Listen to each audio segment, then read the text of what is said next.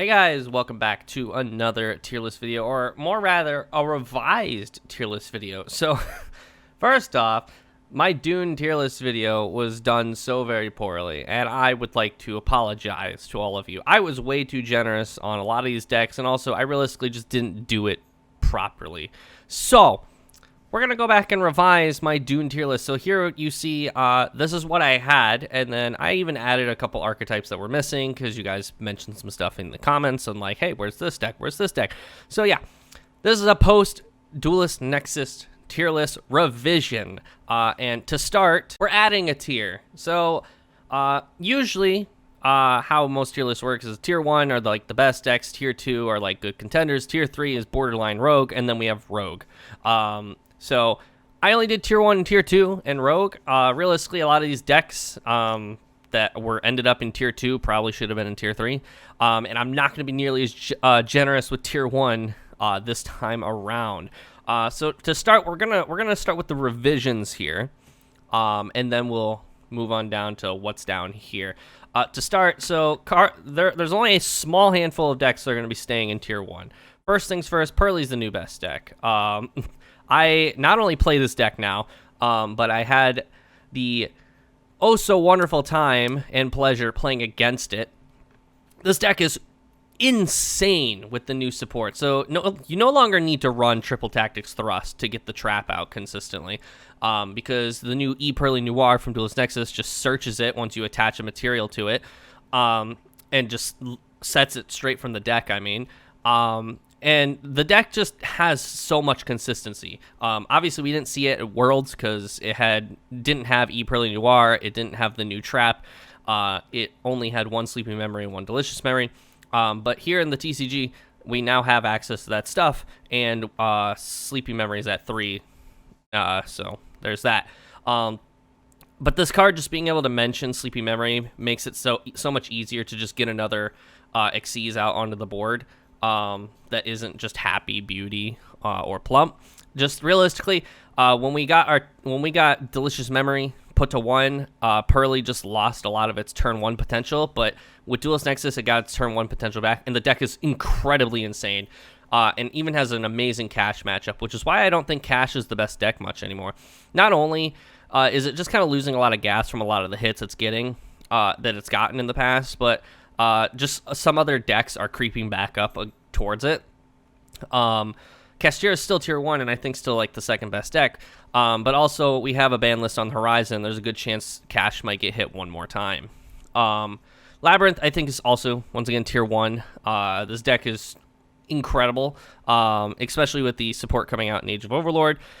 We're probably going to see a hit from it in the next ban list, which also video over on the channel for my predictions on the ban list. But this deck's insane. The issue is the deck does tend to brick a lot.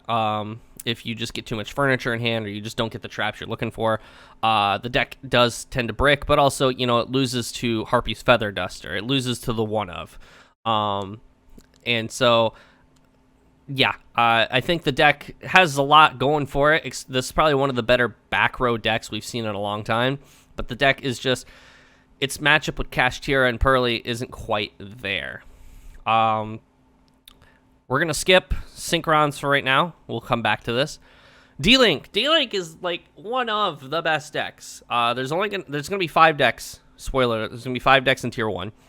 D-Link is one of them. Not only did it win Worlds under the massive crippling hits that were all of the Bestials being at 1, but all the Bestials are at 3 in the TCG, and D-Link is just insane. A lot of people didn't believe me when I said it had a chance of taking Worlds, and then it did. This deck is just incredible. It ends on simple stuff like Boral End Pass, but that's really all it needs. It's very consistent. Like I said, it has access to the Bestials, which just counter so many of the meta contending decks right now. And it's insane. If it wasn't for like Cash and Pearly, I'd argue this is like the best deck. I'd even put it above Labyrinth right now, because it's just more consistent, and it can build out insane boards very quickly. And it even comes back with like the crackback. So yeah. As for the last deck that is currently in Tier 1, that's staying in Tier 1, and no other deck is going to be in Tier 1 after this, Unchained. Unchained Labyrinth is something that's being played a lot right now, but just pure Unchained or Unchained Twins.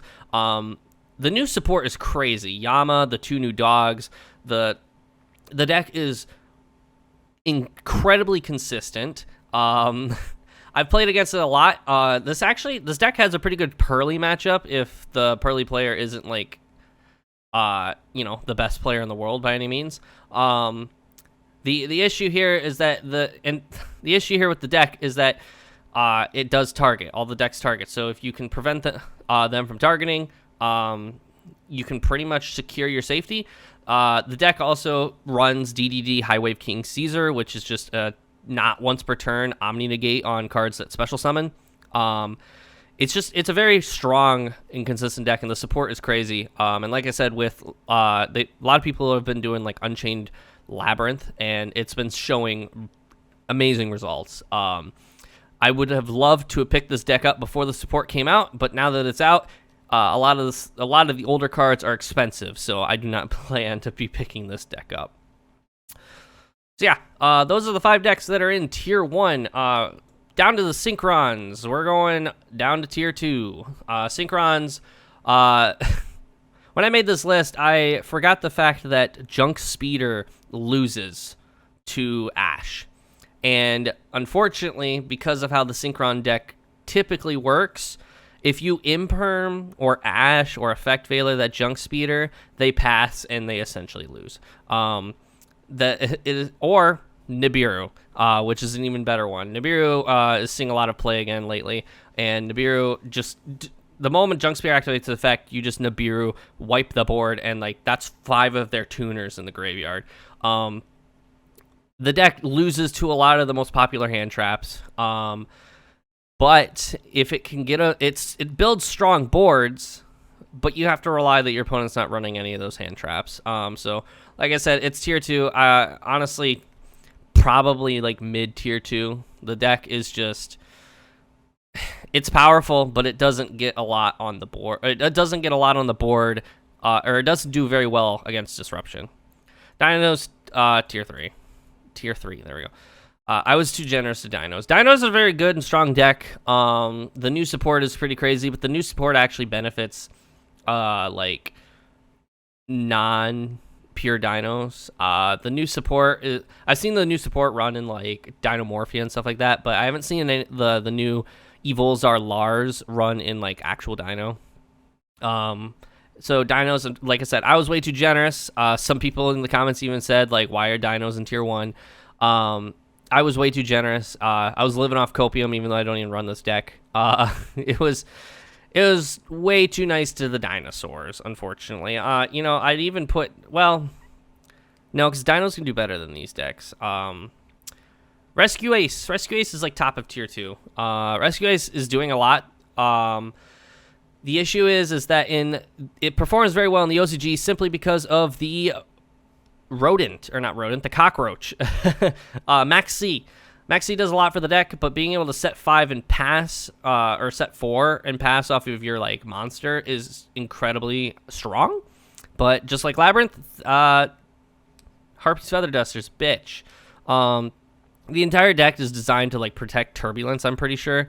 And if it doesn't do that, it just kind of loses. It's a very strong and consistent deck, but like I said, without Max C, the deck does struggle a little bit to see the cards it consistently needs to run. Runic, mainly Runic Sprite. Runic anything else is probably lower Tier 2, but Runic Sprite is like top of Tier 2, borderline Tier 1. The deck is very strong. As you all saw in my deck profile on the last video, go over to the channel and see that if you haven't already. Runic Sprite is just very strong. I know it's an older, more like cookie cutter deck, but with the release of Click and Echo in Duelist Nexus, the deck is a lot more powerful.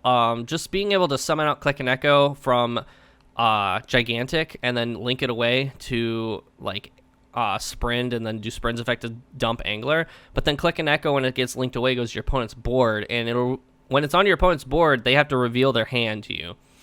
And just that hand knowledge of being able to know when you have to negate with Carrot, Red, Gin Buster, etc., etc. Just being able to know what is in your opponent's hand and where to use your interruptions and your interactions is very, very strong. And the fact that the deck can consistently do that just by summon out Click and Echo from Gigantic or normal summoning it from your hand is just very, very, very, very strong. And I think very undervalued. And I think it does a lot for the Runic deck, for the Runic Sprite deck. Pure Sprite, it still can be used, but I think Runic is a lot better because Runic's just designed to stall and out-resource your opponent, which makes a play like Click and Echo a little less risky. So yeah, like I said, top of tier 2, borderlining tier 1. When I say Runic, again, I mean Runic Sprite. Anything like Runic Plunder or any other Runics is like tier 3 or tier 2, depending on the engine it's running with. So yeah. Rika, it's going to stay in tier 2, might move down in tier 2, but it's going to stay in tier 2. Rika's just very strong. Who would have guessed that tribute an opponent's monster for cost is a very hard thing to interact with.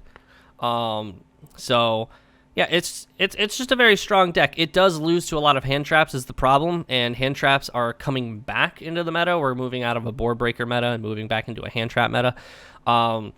And so Rika is not a fan of that. However, if this deck has a good pilot behind it, this deck goes hard, goes crazy. And it's incredibly consistent. Like I said, just interacting with a tribute an opponent's monster for cost is very hard to interact with.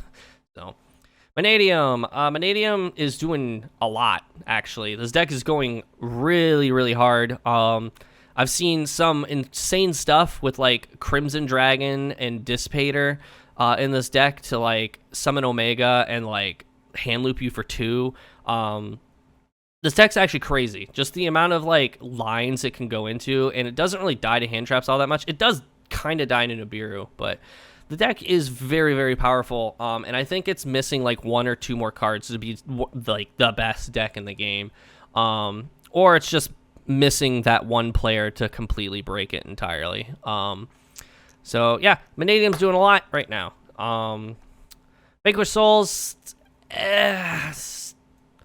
bottom of tier 2. Vanquish Souls is a very strong deck. It did a lot at Worlds, but the reason it did a lot at Worlds is simply because a lot of the decks that shut Vanquish Souls out is they were crippled. Just decks like Branded and Kashtira just didn't make an appearance because they were so crippled from the restrictions of the ban list at Worlds.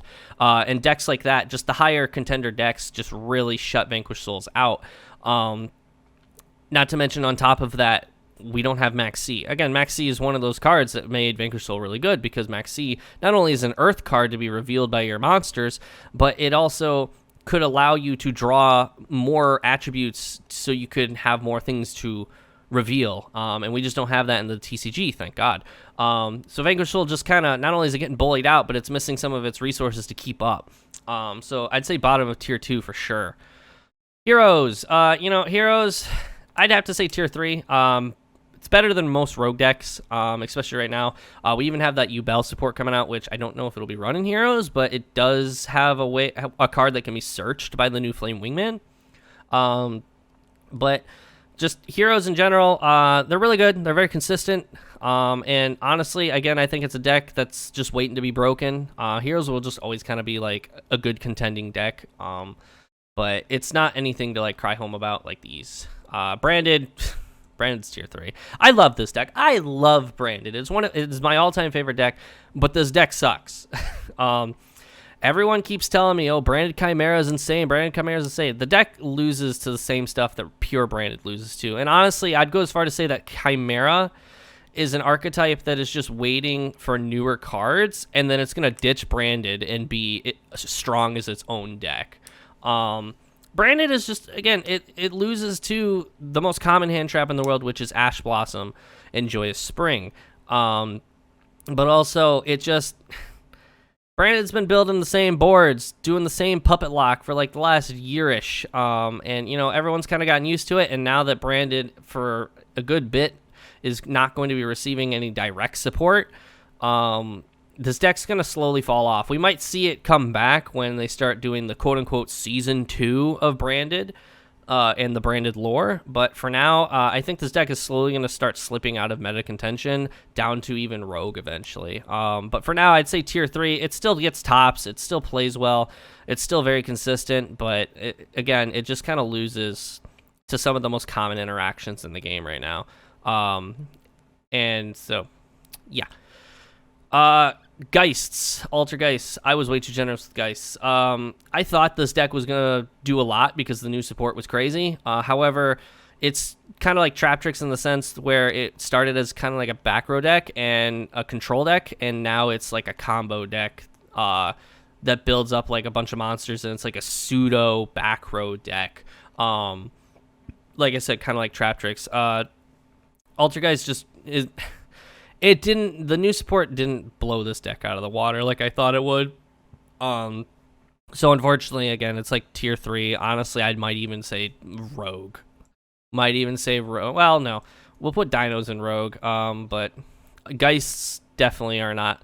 Like, they can get tops. The new support is good. And it'll get tops at locals, but this deck is just not insane by any means.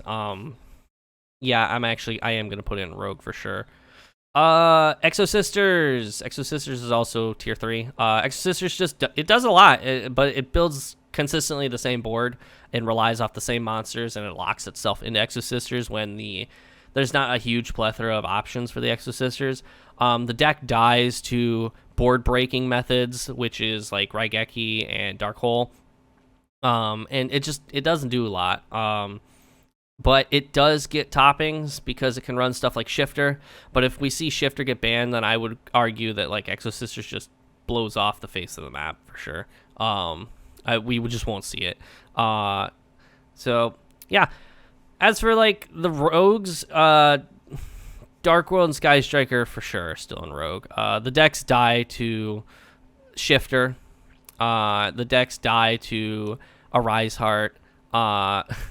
And as much as I love Danger Dark World, it loses to a lot of the most common interruptions right now. Like, it doesn't lose to Ash, but if you get Drolled, you don't do much. And with Pearly being one of the best decks, if not the best deck, we're going to see Droll being main decked a lot again, for sure. So, unfortunately, decks that lose to Droll just get further down to the list. Flow or Flunder or whatever you want to call it. Rogue, high Rogue for sure. This deck's strong. It does a lot. It plays Shifter again. If Shifter gets banned, we probably won't see it a whole lot. But this deck just won't die. Not that we've done a whole lot to hurt it. We've hit the Stormwinds statue, which was enough to kind of make it less relevant. But the deck it's kind of like Monarchs. It's just it's slowly gonna fade out of existence until we get another deck that relies off of normal summoning and tribute summoning instead of special summoning. It's a hard deck to interact with, and it can definitely bully you out. But unfortunately, it doesn't have the gas it needs. If this deck gets support, this deck could be insane again for sure. Sword Soul, Rogue. Sword Soul gets toppings. If you're playing, a guy at my locals plays a 60-card pile Sword Soul Turbo Go second deck, where he's just running stuff like Dark Ruler No More, Dark Hole, Raigeki, Lightning Storm, etc., etc. Unfortunately, he bricks a lot doing that. Good guy, though. And he does win a lot, too. This deck just... It after Branded and the lore of Branded, because the Sword Soul is in the same lore, this deck stopped getting support. And when it stopped getting support, it stopped being usable.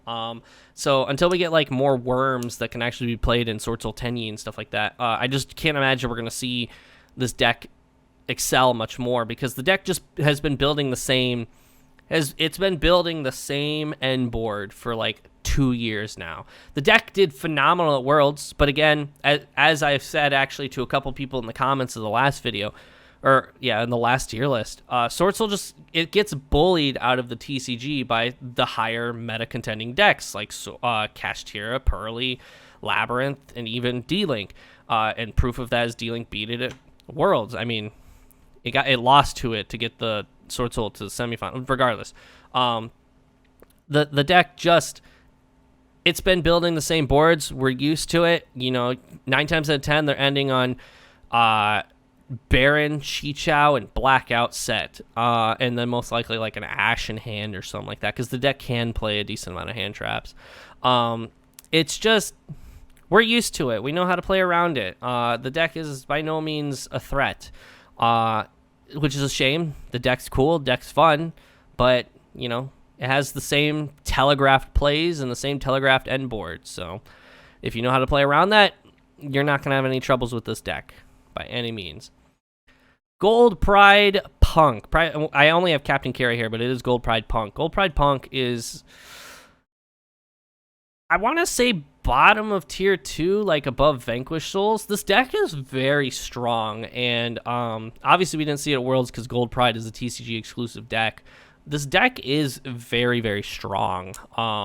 Just being able to summon 1,000 different things, 1,000 different interactions between Rollerballer / Pinballer, Psychic End Punisher, stuff like that. Just the deck does a lot. The issue is it loses to Droll. It absolutely loses to Droll, because they just add a lot of stuff to their hand. They do a lot of special summoning, stuff like that. I mean, Droll doesn't stop special summoning, but still, the deck does lose to Droll, which again we're gonna see a lot of for sure.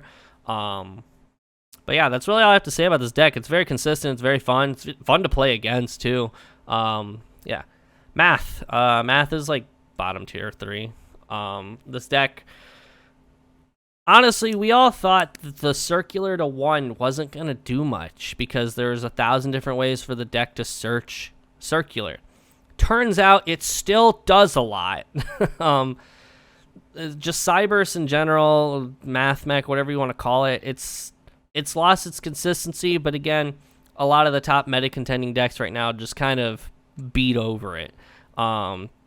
It builds very strong boards, especially after Cyberstorm Access, where it got like the Firewall Singularity and all of the, and then Maze of Memories gave it some other cool tools to play with, but it gets beaten up and bullied out of the meta for sure. And once the circular is gone, it's basically gone. So yeah, that's just my revised Dune tier list. I think this looks a lot more refined and orderly than the last one. So, you know, let's just say that was me trying to get a reaction of the community on that last list. Let's go with that, you know, wink, wink, nudge, nudge. Let's just go with that instead of me being overly generous and just being ignorant at the very least. I think this looks a lot better for sure. The only one that like is questionable is Unchained, could probably be brought down to tier 2. But I think this deck is doing a lot, and it's going to continue to do a lot for sure. But yeah, let me know what you guys think down in the comments down below. Let me know what you all want to see next. I do deck profiles, I do pack openings, and I also am going to start doing more discussion videos like this. So yeah, let me know down in the comments below. Don't forget to subscribe. We are 5 subscribers away from 1,500 subscribers, which is insane to me. Yeah, I'll see you all in the next video. See ya.